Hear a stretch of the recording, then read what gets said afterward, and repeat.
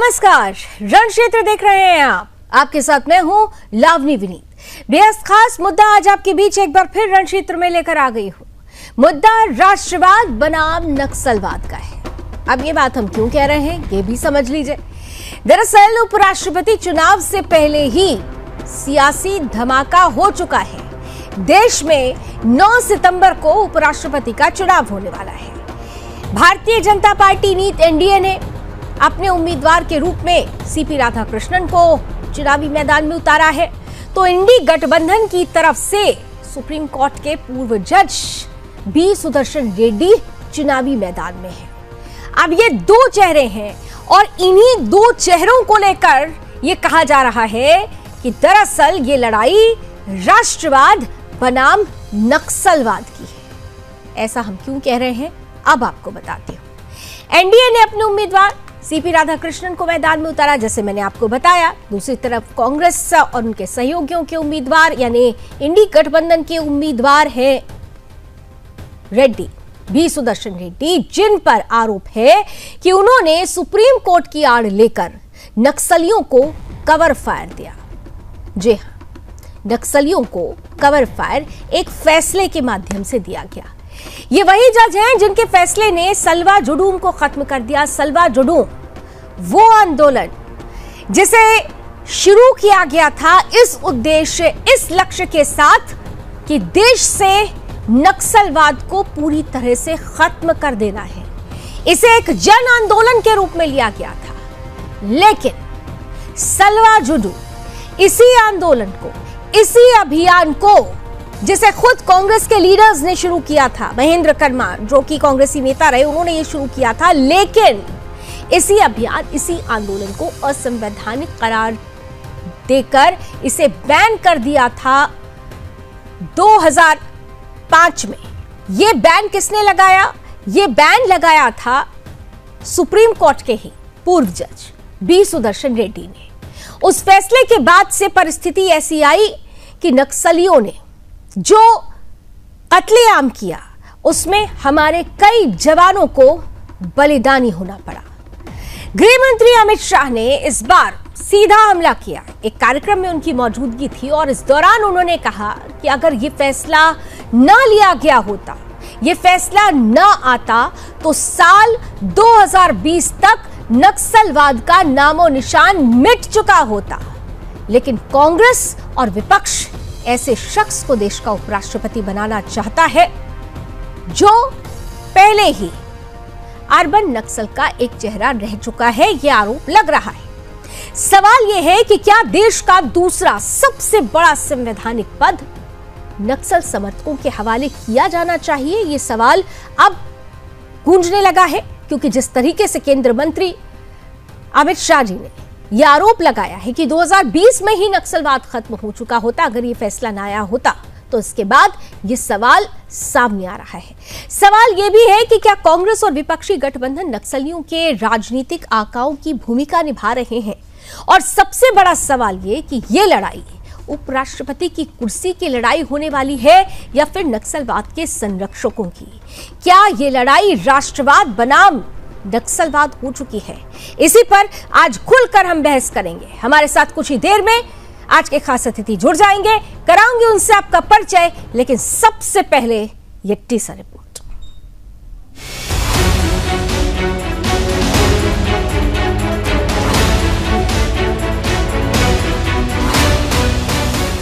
उपराष्ट्रपति चुनाव के लिए 9 सितंबर को मतदान होना है, लेकिन उससे पहले इस हाई प्रोफाइल पद के लिए सियासी सरगर्मियां तेज हो गई है। जहां उपराष्ट्रपति पद के लिए एनडीए ने सीवी राधाकृष्णन को मैदान में उतारा है, तो वहीं उनके खिलाफ विपक्ष ने वी सुदर्शन रेड्डी को चुनावी मैदान में उतारकर राजनीति को दिलचस्प कर दिया है।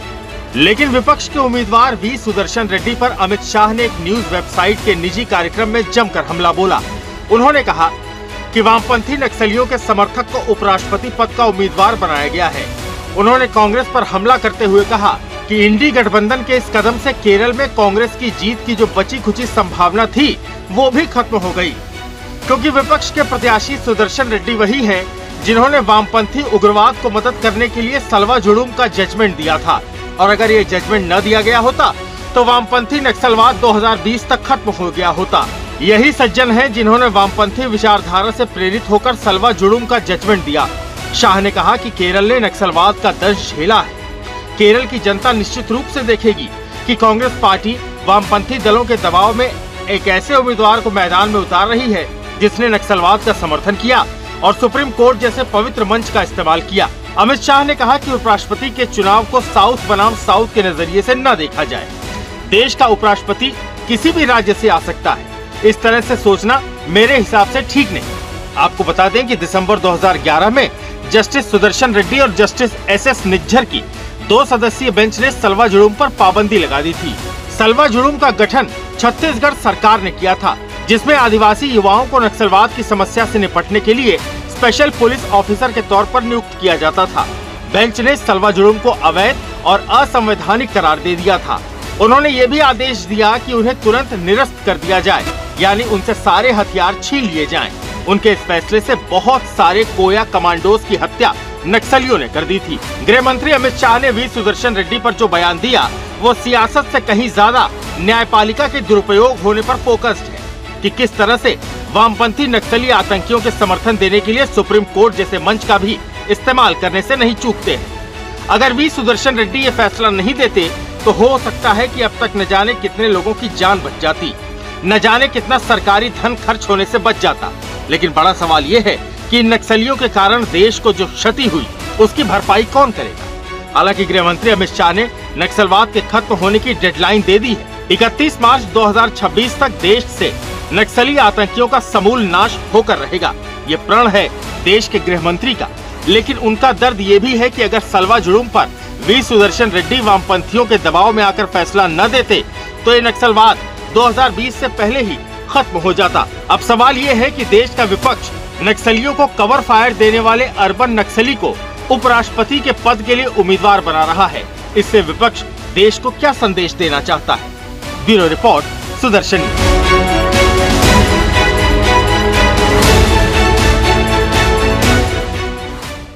यही सज्जन है जिन्होंने आइडियोलॉजी से प्रेरित होकर सलवा जुडुम का जजमेंट दिया है। केरल ने नक्सलिज्म का दंश झेला है। तो 5 जुलाई 2011 का साल 2011 का ये फैसला अपने आप में बहुत सारे सवाल उस वक्त भी खड़ा कर रहा था और आज उन्हीं सवालों को लेकर गृह मंत्री अमित शाह ने बड़ा आरोप लगाया, बड़ा सवाल पूछ लिया है कि आखिर ये कैसे प्रतिनिधि है, ये कैसे उम्मीदवार है। अगर वो फैसला नहीं लिया गया होता तो फिर साफ तौर से 2020 में ही भारत नक्सल मुक्त हो चुका होता।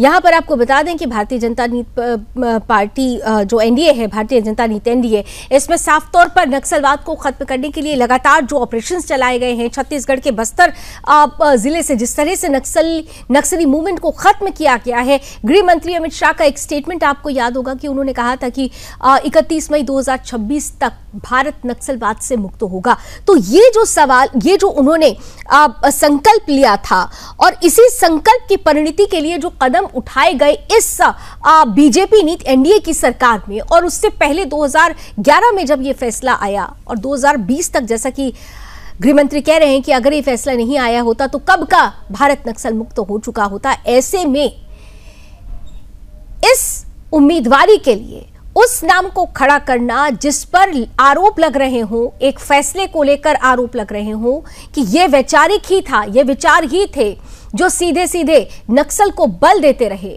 क्या ये आरोप और इस आरोप के बाद की ये लड़ाई वाकई राष्ट्रवाद बनाम नक्सलवाद की होने वाली है? आइए चर्चा की शुरुआत करते हैं। स्वागत करते हैं हमारे साथ आज जो गेस्ट पैनल जुड़ा है। चलिए, स्क्रीन पर सभी आ गए हैं। भारतीय जनता पार्टी का पक्ष रखने के लिए प्रोफेसर विदु रावल जी जुड़ चुके हैं, बहुत स्वागत है। कांग्रेस का पक्ष रखेंगे धर्मेश शर्मा जी, बहुत बहुत स्वागत। साथ ही साथ हमारे साथ एलजेपी से डॉक्टर विभव कुमार झा भी जुड़ चुके हैं, आपका भी सर बहुत बहुत स्वागत है। कुछ ही देर में एक और मेहमान हमारे साथ जुड़ेंगे, लेकिन शुरुआत रावल साहब आपके साथ कर रही हूँ। आरोप बड़ा है, ये छोटा आरोप नहीं है। आरोप जो लग रहा है कि 2020 में, जैसा कि गृह मंत्री कह रहे हैं कि 2020 में ही भारत नक्सल मुक्त हो चुका होता, इस समस्या से तभी मुक्ति मिल गई होती अगर 5 जुलाई 2011 का ये फैसला नहीं आया होता तो। लेकिन इन सब के बीच में सवाल महत्वपूर्ण ये है कि दोनों ही कैंडिडेट्स एक तरफ से ये कह रहे हैं कि यह विचारों की लड़ाई है, तो क्या कोई फैसला विचारों की लड़ाई की परिणति में तब्दील हो सकता है? क्या वाकई ये जो पूरा का पूरा चुनाव है अब राष्ट्रवाद बनाम नक्सलवाद का हो चुका है, मान रहे हैं आप लोग?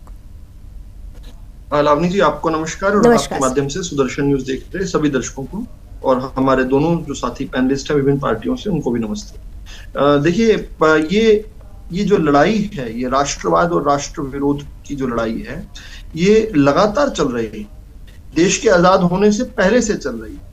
जो लोग अंग्रेजों के साथ मिलकर भारतीयों के सामने नाटक किया करते थे स्वतंत्रता संग्राम का, और फिर किस प्रकार से अंग्रेजों की गुपचुप करके मदद किया करते थे, उनके साथ मिलकर जो है माहौल तैयार किया करते थे। प्रथम विश्व युद्ध में, द्वितीय विश्व युद्ध में जिन लोगों ने भेजा था, तब से ही चल रही है।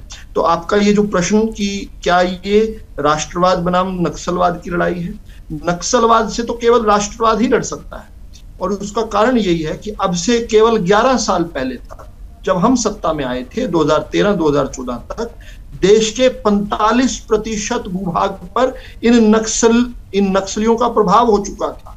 भारत के लगभग 100 से अधिक डिस्ट्रिक्ट ऐसे हो गए थे जहां पर जान और माल के लिए जो है नक्सलवादी जो है एक तरह से प्रभावी थे। उन पर जान और माल जो है भारत के नागरिकों की सुरक्षित नहीं रह गई। तो इसलिए उस इतने बड़े भूभाग जो कि आंध्र प्रदेश से लेकर उड़ीसा और फिर छत्तीसगढ़ और झारखंड, मध्य प्रदेश होते हुए किस प्रकार से राजस्थान और महाराष्ट्र तक फैला हुआ एक इतना बड़ा जो भूभाग जो नक्सलियों ने कब्जा कर रखा था, और केरल तक इसका प्रभाव था, बंगाल तक इसका प्रभाव था, उसमें वहां से हटकर आज केवल 2 डिस्ट्रिक्ट तक समेट दिया गया है नक्सलवाद। और अगले कुछ महीनों में नक्सलवाद नेस्ते नाबूद हो जाएगा, ये भी हम देखने वाले हैं। तो किस प्रकार से ये विषय तो राष्ट्रवाद और राष्ट्र विरोधियों के बीच का ही है। जब राष्ट्रवादियों की सरकार बनी, उसके बाद नक्सलवाद का किस प्रकार से कमर तोड़ दी गई। 31 मार्च 2026 तक नक्सलवाद खत्म हो जाएगा, बिल्कुल खत्म। जैसे हम देखते थे उत्तर पूर्व का जो वहां पर जो टेररिज्म था, हम देखते थे उल्फा आतंकवादी होते थे, हम देखते थे नागा आतंकवादी होते थे, जिस प्रकार उनकी कमर तोड़ दी गई, इस प्रकार से नक्सलवाद भी। लेकिन ये लोग पाल रहे थे, और आज का विषय आपका बड़ा प्रासंगिक है। कांग्रेस की सरकारों में पाला जाता था, बड़े दुर्भाग्य की बात है।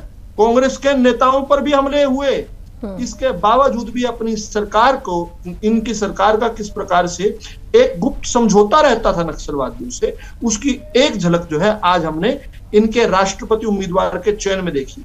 आज भी हमारे कानों में चीखें गूंज रही हैं उन वीर नौजवान, उन वीर जवानों की, भारतीय सेना के जवानों की, जिनकी हत्या जो है इन नक्सलवादियों ने की, उन निर्दोष ग्रामीणों की, नागरिकों की, जिनकी जो संख्या सैकड़ों और करोड़ों में नहीं, लाखों तक पहुंच गई, कि अलग अलग प्रकार के आतंकवाद से जो पीड़ित रहा है भारत, आज भी उनकी चीखें हमारे कान में गूंज रही हैं। तो ऐसे में सवाल तो धर्मेश जी, सवाल तो फिर ऐसे ही जल्दी एक कमेंट पहले लेते हैं राहुल साहब, फिर उसके बाद आप लोगों को आमने सामने कर दूंगी आप लोगों को।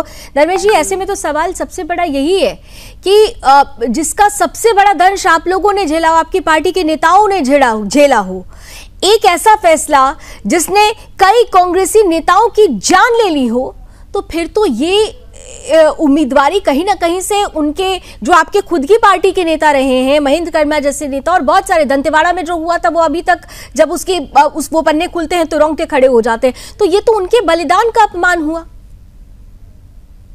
धर्मेश, देखिए, सबसे पहले तो आप सबको मेरा बहुत बहुत नमस्कार। नमस्कार सर, नमस्कार। मुझे बुलाने के लिए बहुत बहुत धन्यवाद। देखिए, आप एक बात समझिए, वाइस प्रेसिडेंट की जो पोस्ट होती है ना, वो एक बहुत ही इंपॉर्टेंट कॉन्स्टिट्यूशनल पोजीशन है, ठीक है। हाँ। नक्सलवाद, नो डाउट नक्सलवाद हमारे देश में एक बहुत बड़ी समस्या रही है, और जिसका सरकारों ने, और जो अभी करंट सरकार है उन्होंने भी बहुत अच्छा इसके अंदर काम किया। लेकिन मैं आपको ये बताऊं, एक सुप्रीम कोर्ट के जज ने अगर फैसला दिया था सलवा जुर्म को डिस्बैंड करने का, तो उन्होंने पूरी तरह कॉन्स्टिट्यूशनल पोजीशन ली होगी, उन्होंने संविधान का पूरा ध्यान रखा होगा, और संविधान के दायरे में रहकर उन्होंने ये फैसला दिया होगा। अगर बीजेपी को ये समस्या थी इस फैसले, तो उन्होंने उसी टाइम ये बातें क्यों नहीं उठाई। दूसरा, मेरा ये मानना है कि जब सलवा जुर्म को डिस्बैंड किया गया था, तो उन्होंने 2 बड़ी बातें बोली थी कि आर्टिकल 14 और आर्टिकल 21 का वायलेशन है। सलवा जुर्म डिस्बैंड हुआ, हमारी पार्टी थी जिस सबसे ज्यादा नुकसान झेला है नक्सलाइट्स का। लेकिन मेरा ये कहना है कि जब अगर हमने किसी को एक उम्मीदवार बनाया है, किसी को हमने ये एक पोजीशन दी है कि आप इलेक्शन लड़े, तो हमें इस तरह की बातें नहीं करनी चाहिए, क्योंकि एक बहुत ही सम्मानीय वो एक जज रहे हैं, बहुत ही सम्मानित व्यक्ति रहे हैं। और हमारा ये मानना है कि ये जो डिसीजन है, ये सारी जो इंडिया गठबंधन की पार्टियों ने मिलकर लिया है, और उन्होंने ये डिसीजन को सोच समझ के लिया है। लेकिन मेरा बार बार मैं आपको ये कहना चाहूंगा, इस तरह एक बहुत ही अच्छे जज, जो कि एक बहुत ही नॉलेजेबल जज रहे हैं, बहुत ही सम्मानित एक जस्टिस रहे हैं, उनके बारे में इस तरह की बातें करना हमारे सम्मानीय गृह मंत्री श्री अमित शाह जी को शोभा नहीं देता है। वो फ्लोर पे लड़े, फ्लोर पे आप इलेक्शन लड़िए। आप देखिए, अगर किसी को भी कोई अगर आइडियोलॉजी का इशू होगा तो इलेक्शन का रिजल्ट अपने आप आ जाएगा। लेकिन मेरा ये मानना है कि सुप्रीम कोर्ट के जज के फैसले को इस तरह से डिमीन करना, इस तरह से फैसले ही समाज को, देश को प्रभावित करते हैं। कोई भी फैसला ही देश और समाज को प्रभावित करता है। तो एक फैसला जिसने प्रभाव डाला हो, जिसकी वजह से कई जाने गई हो, तो फिर ऐसे फैसले, और वो फैसले एक खास विचार को जिसने जन्म दे दिया हो, और बल्कि जन्म नहीं बल्कि कहना चाहिए कि बल दे दिया हो, तो फिर तो सवाल उठेगा ना। क्या ये सवाल फिर नहीं उठना चाहिए? जुलूम जो है ना, सलवा जुलूम 1993 के आसपास बनी थी, महेंद्र कर्मा जी ने बनाई थी। शुरू में सलवा जुलूम बहुत अच्छा काम कर रही थी, नो डाउट उन्होंने गवर्नमेंट का पूरा साथ दिया था। लेकिन आप एक बार समझिए, उसके अंदर जो रिक्रूट्स आ रहे थे, उनको ना तो आर्म्स एंड एम्युनिशन की ट्रेनिंग दी जा रही थी, ना उनको ये पता था ना कि हमें किस तरह से लड़ना। और हमारी जो आर्म फोर्सेस थी और हमारी जो पैरामिलिट्री फोर्सेस थी, बहुत अच्छा काम कर रही थी। मेरा ये मानना कि कहीं ना कहीं सलवा जुलूम जो एक पॉइंट पे जाके है ना, बहुत आउट ऑफ कंट्रोल हो रही थी, और वो उन्हीं लोगों को नुकसान पहुंचाने लग गई थी जिन्होंने कि अच्छे मकसद के साथ उसको वो किया था, क्या कहते हैं, तैयार किया था। मेरा ये मानना कि जो सुप्रीम कोर्ट का निर्णय आया था वो यही आया था कि सलवा जुलूम जो है वो धीरे धीरे ह्यूमन राइट्स का वायलेशन कर रही है, चाहे वो नक्सलाइट्स हो, चाहे वो हमारे आर्मी के जवान जो मारे गए थे, क्या उनका ह्यूमन राइट नहीं था? जो जवान मारे जा रहे थे, या आज भी जो जवान सरहदों पर इस वक्त लड़ रहे हैं हमारी सुरक्षा के लिए, हम लोग यहाँ बैठकर इतनी बहस कर रहे हैं, उनका ह्यूमन राइट कुछ नहीं होता। यानी आपके सेलेक्टिव अप्रोच में ह्यूमन राइट्स को भी आपने सेलेक्टिविज्म से जोड़ दिया सर। और हमेशा वैसे ही व्यक्ति क्यों चयनित होते हैं विपक्ष की तरफ से जो अपवादित हो? मैडम आप मेरी बात, 2014 में जब राजनाथ सिंह जी गृह मंत्री बने थे, तो उन्होंने ये स्टेटमेंट दिया कि नक्सलाइट जो है वो हमारे बाहर के लोग नहीं है, ये हमारे घर के लोग हैं, हम इनके साथ इस तरह का बर्ताव नहीं कर सकते हैं। आपको अगर ये स्टेटमेंट याद होगा तो उनका, ठीक है, सलवा जुलूम जो है वो एक पॉइंट पर जाके ह्यूमन राइट्स के वायलेशन करने लग गई थी। लेकिन रक्षा मंत्री राजनाथ सिंह ने यह भी कहा था कि अगर नक्सलवाद आतंकवाद से जुड़कर देश की सुरक्षा के लिए घातक हो जाए तो फिर सरकार को वो कदम लेना होगा जो राष्ट्रीय सुरक्षा के लिए जरूरी है। आप लोग एक लाइन सुनते हैं, दूसरी लाइन सेलेक्टिविज्म के चक्कर में छोड़ देते हैं। पूरी पंक्ति बोलिए ना धर्मेश जी। देखिए जजमेंट ही नहीं पढ़ा है उनका। नहीं, मैंने पूरा पढ़ा है सर, मैंने पूरा पढ़ा है। यहाँ पे रावल साहब देखिए, उनका ये कहना है कि आप लोग फैसले को समझ नहीं रहे, फैसला ह्यूमन राइट्स से जुड़ा हुआ था, लेकिन क्या जवानों का ह्यूमन राइट्स नहीं था? ये बड़ा सवाल था। जल्दी से काउंटर आंसर कर लीजिए फिर जी आपके पास। और सुनील कौशिक जी भी हमारे साथ जुड़ चुके हैं, डॉक्टर सुनील कौशिक भी हमारे साथ जुड़ चुके हैं। स्वागत है सर आपका भी। राहुल साहब काउंटर आंसर अभी सर, मैंने पूरा जजमेंट पढ़ा है, आप पहले पूरी पंक्तियां पढ़िए। आइए राहुल साहब। मैंने आपको सुना है, आप मुझे सुनिए। देखिए, ये लड़ाई यही है, ह्यूमन राइट्स के नाम पर किस प्रकार डीमंस को पाला गया, किस प्रकार ह्यूमन राइट्स जो है। जब मैं आपको बताना चाहता हूं, ये 5 जुलाई 2011 को जब ये फैसला आया, उससे मात्र एक साल पहले 6 अप्रैल 2010 को दांतेवाड़ा में 76 सीआरपीएफ के जवानों को किस प्रकार से एम्बुश कर दिया गया था, मार दिया गया। सुनिए एक बार, रमेश बीच में मत बोलिए। रमेश में आपका क्या बात कर रहे हो साहब? मतलब आप टॉपिक से, अब यहाँ ह्यूमन राइट खत्म हो गया, आप टॉपिक से डिबेट मत कीजिए। ये ह्यूमन राइट की बात कर रहे हैं। ह्यूमन राइट का वायलेशन है सर, हमारे सबके लोग मरे हैं वहां पे। क्या ह्यूमन राइट का वायलेशन की बात कर रहे हैं? अभी ये ह्यूमन राइट की बात कर रहे थे, क्या बात कर रहे हो यार? सिविलिटी की बात, कुछ भी चालू हो जाते हो। आप जजमेंट पढ़ा है, ह्यूमन राइट्स की बात कर रहे हो, उन्होंने ये कहा कि सलवा जुलूम है, ह्यूमन राइट्स का वायलेशन कर रही थी। मेरा अधिकार है, क्या मेरा अधिकार नहीं है अपना मत रखना? क्या केवल आपका मत ठीक है? अरे सर, अरे विद्युत जी, आप प्रोफेसर आदमी हैं, आप पढ़े लिखे आदमी हैं, आप सही बात कर रहे हैं। मैंने आपका सुना, आर्टिकल 14-21 का वायलेशन है, इसके अंदर फंडामेंटल राइट का वायलेशन है। ये दोगलापन, ये ह्यूमन राइट्स को प्रोटेक्ट किया ना उन्होंने। लावनी जी देखो ना, खुद ही कॉन्ट्रैक्ट कर रहे हो ना दोगलेपन का, अभी कितनी शानदार बातें हो रही हैं। आर्टिकल 21 इंडिया में ह्यूमन राइट्स के वायलेशन को प्रोटेक्ट करता है। अभी बात हो रही थी अधिकारों की, अभी बात हो रही थी ह्यूमन राइट्स की, और जब मैं बोलने लगा मेरे बीच में मुझे मेरा मत रखना। मैं आपको सिर्फ करेक्ट कर रहा हूं, ह्यूमन राइट्स के वायलेशन के अगेंस्ट वो जजमेंट है। ह्यूमन राइट्स का क्या वॉयलेशन हुआ है ये मैं समझना चाहती हूँ। मैं धर्मेश जी आऊंगी आपके पास, ये ह्यूमन राइट्स का वॉयलेशन क्या हुआ है ये मैं समझना चाहती हूँ। यहाँ पे 2013 में 44 जवान गए, 2014 में 60 जवान बलिदान, 15 में 48, 16 में 38, 17 में 60 जवान, 18 में 55 जवान, 19 में 22 जवान। ये बहुत लंबी चौड़ी फेहरिस्त है। ये इसके अलावा भी ये फहरिस्त, आप कानून की बात कर रहे थे ना, आपने फैसला नहीं पढ़ा, तो ये 2 पन्ने पूरे और मुझे लगता है कि मेरे प्रोड्यूसर नहीं बोल रहे हैं कि ये तो बहुत कम है। आप ये जो जवान मारे गए, इनका कोई ह्यूमन राइट नहीं था, इनके ह्यूमन राइट से आपको कोई लेना देना नहीं है। आपके वो जो उम्मीदवार है, वो उनके फैसले अगर समाज को प्रभावित कर रहे हैं, तो फिर समाज में रहने वाले व्यक्ति का, देश में रहने वाले व्यक्ति का अधिकार है कि वो आपसे पूछे ये सवाल कि वाकई आप किस सोच के साथ, विचारों की तो लड़ाई की बात हो रही है ना, तो यहाँ तो विचारों में ही नहीं समझ में आ रहा है कि कौन सा विचार राष्ट्रवाद के साथ है और कौन सा राष्ट्र विरोध के साथ। मैं जल्दी से विभू जी का भी एक कमेंट और सुनील जी का एक कमेंट, उसके बाद आप लोग के पास आती हूँ। विभू जी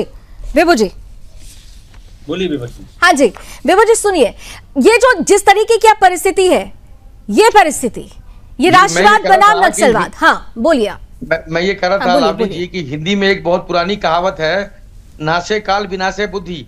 अब ये बताइए कि भारत के सर्वोच्च पद पर जिस तरीके से नक्सलवाद को समर्थन करने वाले को इन्होंने इस तरीके से उसको उम्मीदवार बनाया है, कितनी शर्मनाक बात है। इनके पास क्या कैंडिडेट नहीं है?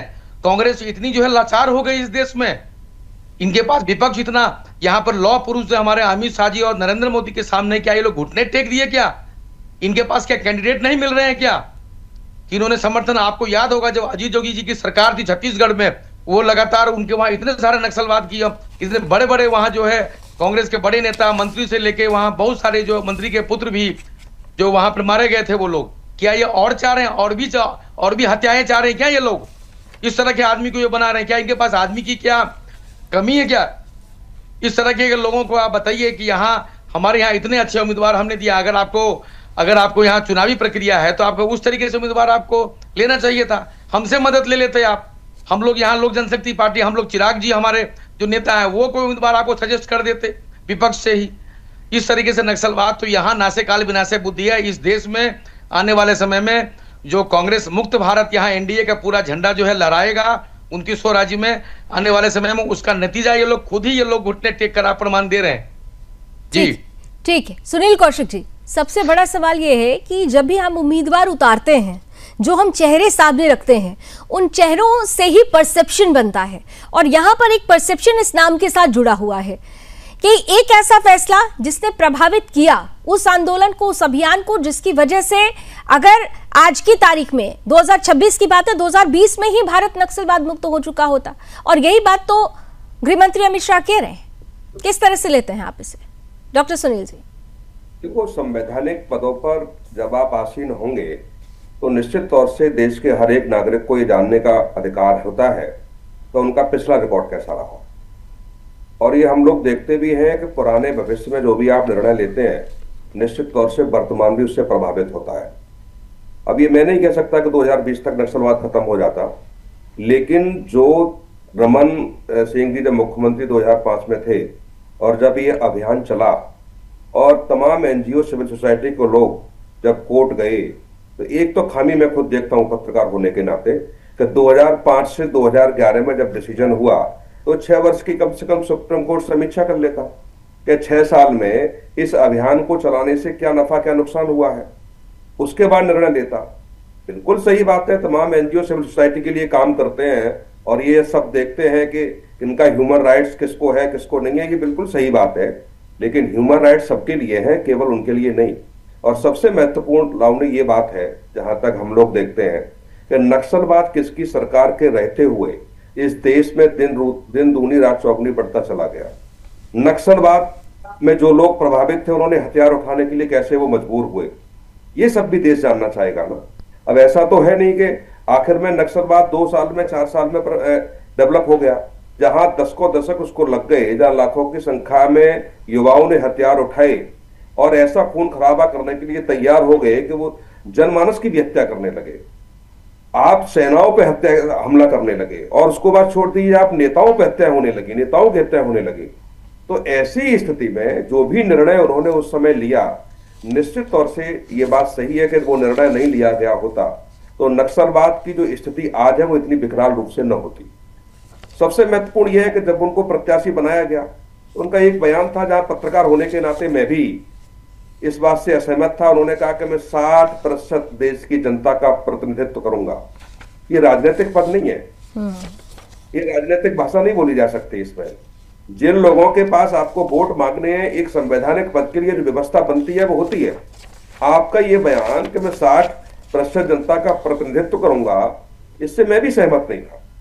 और तीसरी सबसे महत्वपूर्ण लावनी बात यह है कि जो भी उपराष्ट्रपति पद के लिए, राष्ट्रपति पद के लिए, संवैधानिक पदों पर जो भी लोग होते हैं, निश्चित तौर से देश में चर्चा होनी चाहिए, परिचर्चा होनी चाहिए। एक देश का उपराष्ट्रपति 10 साल तक रहे और रिटायरमेंट हो जाने के बाद, हटने के बाद वो कहे कि मुझे डर लगता है भारत में, तो कम से कम उनकी मानसिकता को आंकने का तो अधिकार इस देश की जनता को है ना। कि जब 10 वर्ष तक उपराष्ट्रपति रहे तब तक इस देश में आपको डर नहीं लगा, तब आपने ये नहीं देखा कि अल्पसंख्यक पर अत्याचार क्या हो रहे थे, ये नहीं, और पीएफआई के मंच पर जाने से नहीं डर लगा था, ये भी है, इसका जिक्र भी करना चाहिए। पीएफआई के मंच पर जाने से डर नहीं लगा था, लेकिन देश ने जो सम्मान दिया उससे जरूर डर लगा था। मुझे एक बहुत छोटा सा ब्रेक यहाँ पर लेना पड़ेगा, ब्रेक का वक्त हो गया है। राहुल साहब और धर्मेश जी, इसके बाद आप लोग को आमने सामने करूंगी, और विभू जी भी हैं, और सुनील जी आप आकलन करते रहिएगा, क्योंकि बहुत महत्वपूर्ण ये संवैधानिक पद, हम बार बार कह रहे हैं कि यहाँ पर राजनीति से ऊपर उठकर सोचने की जरूरत थी, क्योंकि यहाँ पर एक ऐसे पद पर आसीन होने की बात हो रही है जो देश के लिए एक बड़ा आईना प्रस्तुत करता है। ऐसे में विपक्षी पार्टियों के लिए यह सवाल पूछा जा रहा है कि हर बार ऐसे ही चेहरों का चयन क्यों किया जाता है विपक्ष की तरफ से, जो कहीं ना कहीं से सवालों के घेरे में हो। क्या इस बार भी विपक्ष ने ऐसे चेहरे को चुनकर खुद से ही, पहले से ही क्या सेल्फ गोल नहीं कर लिया है?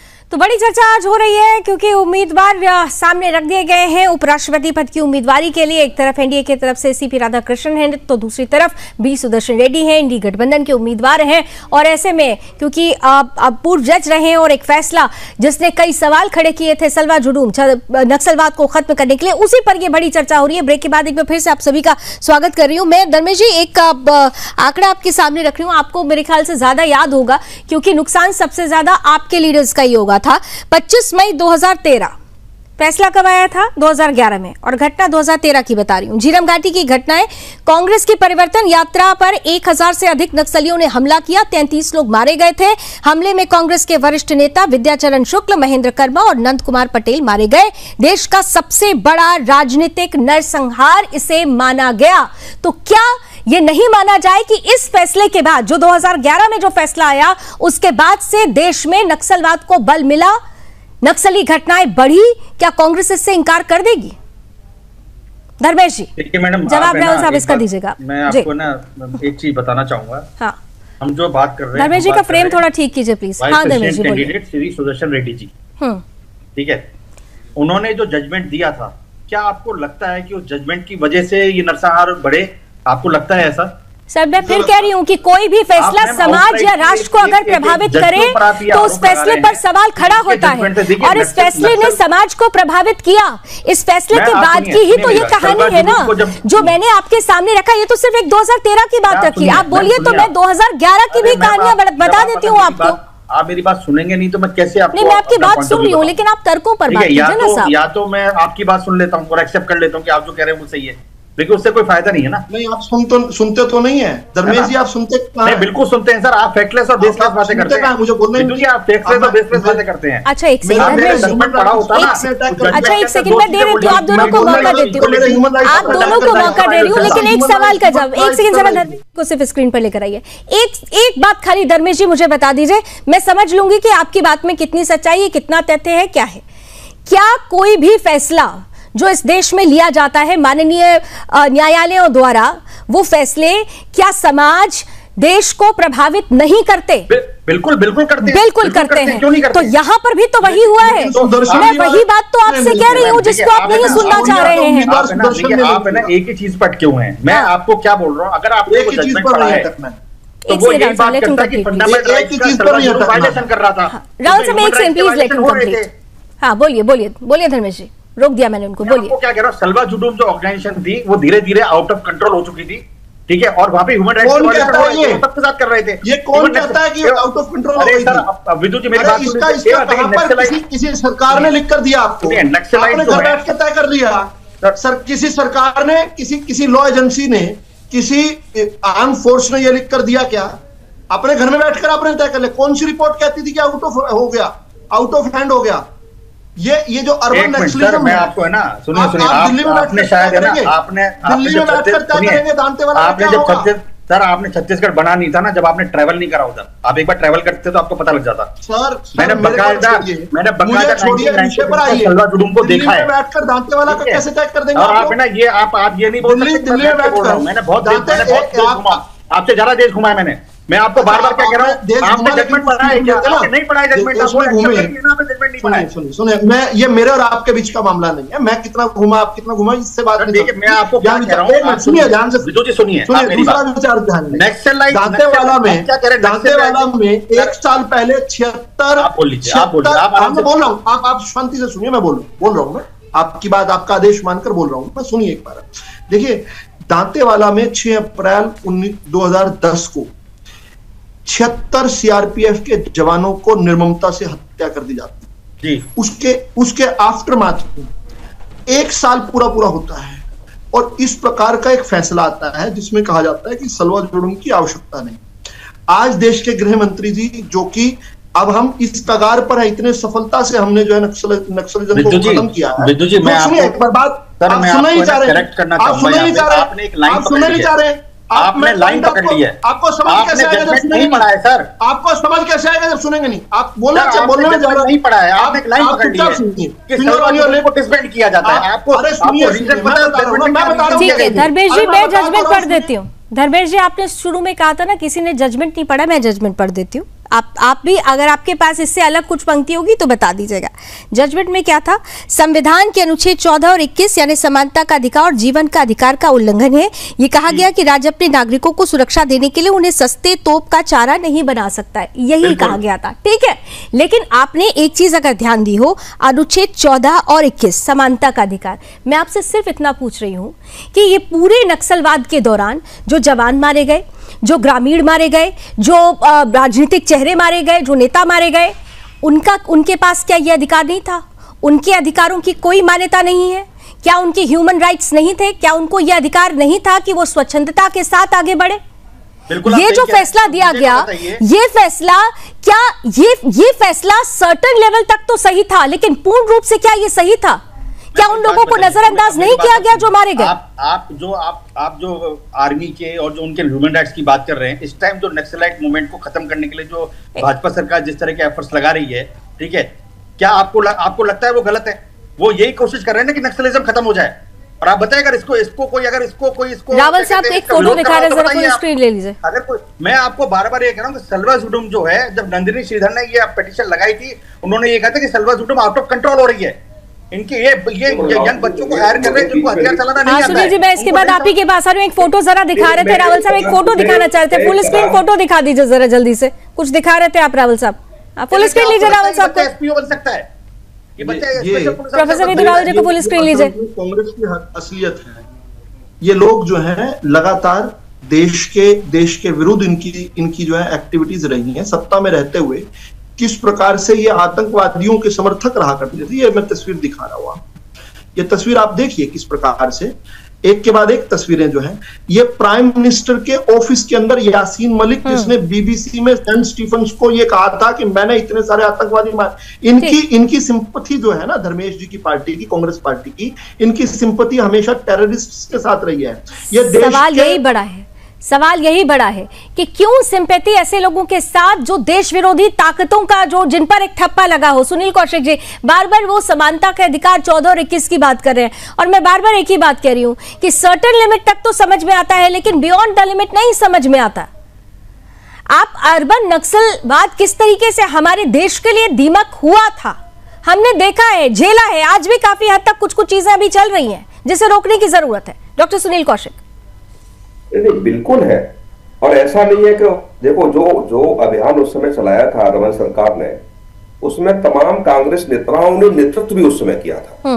और इस आदेश के आने के बाद क्या आंदोलन नहीं हुआ वहां पे? क्या इसका विरोध नहीं हुआ? और इस आदेश को लागू करने के बाद फर्क क्या पड़ा, ये भी तो कांग्रेस को बताना चाहिए ना कि ठीक है आदेश कर दिया, सरकार ने लागू कर दिया, उसके बाद हुआ क्या? अच्छे नतीजे आए क्या? उसके बाद अच्छे नतीजे नहीं आए ना। और जिनकी बात कर रहे हैं उनका प्रोफाइल पे नहीं जाएंगे क्या कि जो व्यक्ति 1988 में आंध्र प्रदेश के एडवोकेट जनरल नियुक्त किए गए, किसने किए? और 10 साल में आप 1995 में हाईकोर्ट के मुख्य न्यायाधीश भी बन गए, और आप 2005 में गुवाहाटी हाईकोर्ट के मुख्य न्यायाधीश भी नियुक्त हो गए, और 2007 में 2 साल बाद सुप्रीम कोर्ट भी पहुंच गए वो। आप देखिए, क्या ये नहीं बताया जा रहा कि कौन उनके पीछे था? बताने की आवश्यकता है क्या? 1971 में जिन्होंने वकालत शुरू की, वो 1988 में आंध्र प्रदेश सरकार के एडवोकेट जनरल नियुक्त किए गए, और उसके बाद एडवोकेट जनरल नियुक्त हो जाने के बाद वो हाई कोर्ट के, आंध्र प्रदेश हाई कोर्ट के न्यायाधीश बने 1995 में, 7 साल में, केवल 7 साल में। और उसके बाद सुप्रीम कोर्ट के आप न्यायाधीश बन जाते हैं। तो ये सब चीजें समझ में आती है ना देश के।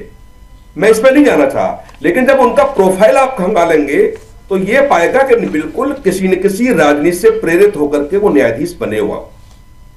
जिस सरकार के एडवोकेट जनरल नियुक्त किए गए वो किसकी सरकार थी?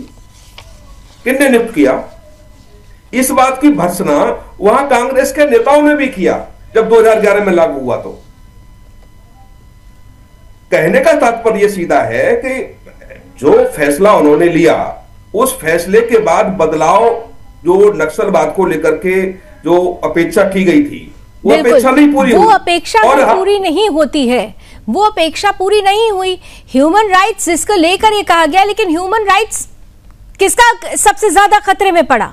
जो जवान वहां पहुंचे, जो जवानों का बलिदान देना पड़ा है। मैं विभू जी का एक कमेंट लेके फिर लास्ट में एक बार फिर से रावल साहब और धर्मेश जी को आमने सामने करना चाहती हूँ। विभू जी, देखिए, एक बात तो तय है कि अब ये कहा जा रहा है कि अगर आप देखें तो सोशल मीडिया पर आजकल बहुत जंग शुरू हो जाती है। अब ये कहा जा रहा है कि ये दरअसल विपक्ष जो चेहरा सामने रख रहा है वो नक्सलवाद को संवैधानिक वैधता देने वाला चेहरा है। विपक्ष एक्सपोज हो रहा है, मानते हैं आप वैभव जी? तो धर्मेश जी को कहूंगा कि आपने इतना अच्छा आज शो किया ये वाला, इनको तो कांग्रेस के बड़े नेताओं से मिलकर उम्मीदवार को चेंज कर देना चाहिए। इस तरह के उम्मीदवार आप बताइए जिन्होंने नक्सलवाद को समर्थन किया। ऐसे आदमी अगर गलती से उपराष्ट्रपति बन गए तो क्या होगा इस देश का? आप खुद सोचिए, हम लोग एक सामान्य नागरिक की तरह अगर सोचे तो क्या होगा? ऐसे लोगों को तो समर्थन करना ही नहीं चाहिए। कांग्रेस के पास तो और उनको दोबारा से विचार करना चाहिए। तो सोशल मीडिया में तो गलत गलत जो है, जो मैं आपको बोल नहीं सकता, उस तरीके के लोग जो है कमेंट करने लग गए हैं जब से इनके जो उम्मीदवार इन्होंने दिए हैं। तो बिल्कुल इनको तो दोबारा से इनके जो वरिष्ठ नेता हैं उनको तो मैं कहूंगा अपनी पार्टी की तरफ से कि कम से कम एक बराबरी तो होनी चाहिए ना, कि जो दो अलग अलग जो वहां चुनाव होंगे एनडीए और लगना चाहिए। नहीं तो इनको तो सीधा जो बोल देना चाहिए कि ठीक है जी हम उतर जाते हैं, अब हमारे जो सीधे हो जाएंगे, निर्विरोध हो जाएंगे उपराष्ट्रपति। तो ऐसे इनको तो सरेंडर कर देना चाहिए था जी। धर्मेश जी, कहीं जल्दी तो नहीं हो गई? साउथ बनाम साउथ, हालांकि गृहमंत्री साहब कह रहे हैं ये करना नहीं चाहिए, देश से तो कहीं से भी कोई आ सकता है उम्मीदवारी के लिए, लेकिन आप लोगों ने लगता है जल्दीबाजी कर दी, और ये जल्दीबाजी सेल्फ गोल तो नहीं हो जाएगी आप लोगों के लिए? धर्मेश जी, बिना जांच पड़ताल के किसी को धर्मेश जी और रावल जी को जरा एक बार आमने सामने ले लीजिए। धर्मेश जी, सेल्फ गोल तो नहीं साबित हो जाएगा? कैंडिडेट का जो फैसला होता है ना, एक सेकंड धर्मेश जी को बोले लीजिए, रावल साहब आप जवाब दे दीजिए। ये जज बनाने की फैक्ट्री जो इंदिरा गांधी के घर से निकलते थे जज, इंदिरा गांधी घर में बैठकर जो तय किया करती थी जज जो निकलते थे, जो कमिटेड जुडिशरी की बात इंदिरा गांधी जी कहा करती थी, जो राजीव गांधी जी के दोस्त जो है अगले दिन देश के न्यायालयों में जज बन जाया करते थे, ये उनका एक सीधा मामला है। दूसरा, बहुत सारे लोगों ने इस डिबेट के अंदर बात की कि कांग्रेस के नेता मारे। ठीक, देखिए आप ध्यान से समझिए। धर्मेश जी काउंटर आंसर दे दीजिए, जो आरोप लगा रहे हैं राहुल साहब, जल्दी से दे दीजिए। ठीक है, धर्मेश जी का जवाब ले लेते हैं एक बार राहुल साहब। धर्मेश जी बोलिए।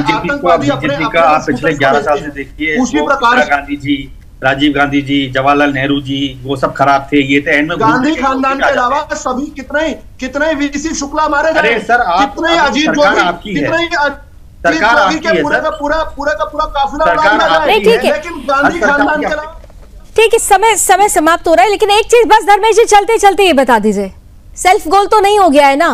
सेल्फ गोल तो नहीं कर लिया आप लोगों ने धर्मेश जी? सिर्फ उनको बली का बकरा बना दिया, मुझे लग रहा है।